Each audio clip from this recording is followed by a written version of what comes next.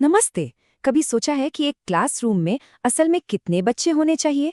क्या इसका कोई फिक्स रूल है? आज हम भारत के स्कूलों के लिए बनी ऑफिशियल रूल बुक के पन्ने पलटने वाले हैं और देखेंगे कि सरकारी नियम हमारी क्लास को आखिर कैसा देखना चाहते हैं। तो चलिए सीधे उस सबसे बड़े सवाल पर आते हैं। एक क्लास में एक टीचर पर आखिर कितने स्टूडेंट्स होने चाहिए? क्या ये बस स्कूल मैनेजमेंट की मर्जी है या फिर सरकार का कोई पक्का नियम भी है? जी हाँ, इसका एक ऑफिशियल जवाब है।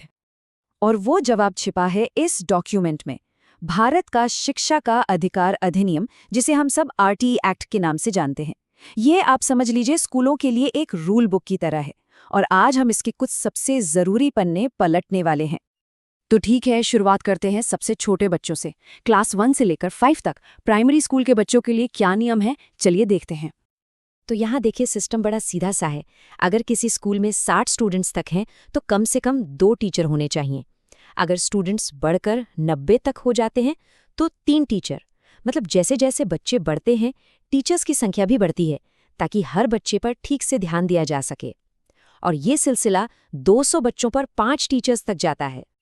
तो फिर इस पूरी लिस्ट का निचोड़ क्या है? ये नंबर। प्राइमरी स्कूलों के लिए हर 30 बच्चों पर 1 टीचर, बस। ये एक गोल्डन रूल है, इसे याद रखना है। लेकिन रुकिए, कहानी इतनी सिंपल भी नहीं है।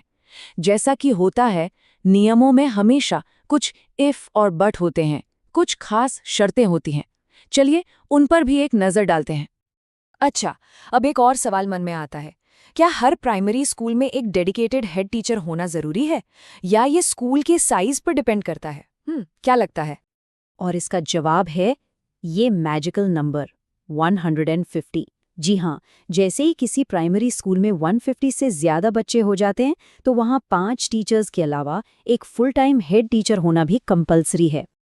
ओके, तो अगर कोई प्राइमरी स्कूल और भी बड़ा हो, मान लीजिए उसमें 200 से भी ज़्यादा बच्चे हैं, तो क्या नियम फिर से बदलते हैं? बिल्कुल बदलते हैं। ऐसे में एक और सख्त नियम लागू होता है। स्टूडेंट टीचर रेशियो 40 बच्चों पर एक टीचर से ज्यादा नहीं हो सकता। और एक बात ध्यान रखने वाली है, इस गिनती में हेड टीचर को शामिल नहीं किया जाता। ये रेशियो सिर्फ क्लासरूम में पढ़ाने वाले टीचर्स का है। तो ये तो हुई प्राइमरी स्कूल की बात। अब आते हैं बड़े बच्चों पर, मतलब क्लास 6 से 8 तक। यहाँ के लिए नियम कैसे बदलते हैं, चलिए पता करते हैं। मिडिल स्कूल में रेशियो थोड़ा सा बदल जाता है।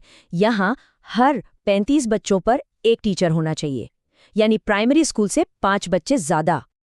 और हाँ, यहाँ एक और बहुत बड़ा फर्क है। मिडिल स्कूल में हर सब्जेक्ट के लिए एक डेडिकेटेड टीचर होना चाहिए, कम से कम। साइंस और मैथ्स के लिए एक, सोशल स्टडीज़ के लिए एक और लैंग्वेज के लिए एक। ये इसलिए ज़रूरी है ताकि बच्चों को हर सब्जेक्ट की गहरी समझ मिल सके। यही नहीं, अगर मिडिल स्कूल में 100 से ज़्यादा स्टूडेंट्स हैं तो वहाँ एक फुल टाइम हेड टीचर भी होना चाहिए, और साथ में आर्ट और फिजिकल एजुकेशन के लिए पार्ट टाइम इंस्ट्रक्टर्स भी ज़रूरी हैं। तो चलिए एक बार फटाफट से सब कुछ समराइज कर लेते हैं। प्राइमरी स्कूल यानी क्लास 1 से 5, वहाँ 30 बच्चों पर एक टीचर। और मिडिल स्कूल यानी क्लास 6 to 8, वहाँ 35 बच्चों पर एक टीचर। ये है आरटी एक्ट के 2 सबसे बेसिक नियम। तो नियम तो अपनी जगह बिल्कुल साफ हैं, लेकिन असल सवाल ये है कि क्या ये नियम हकीकत में लागू हो पाते हैं? अपने आसपास के स्कूलों को देखें तो असलियत क्या नजर आती है? ये एक बहुत बड़ा सवाल है जिस पर हम सबको सोचने की जरूरत है।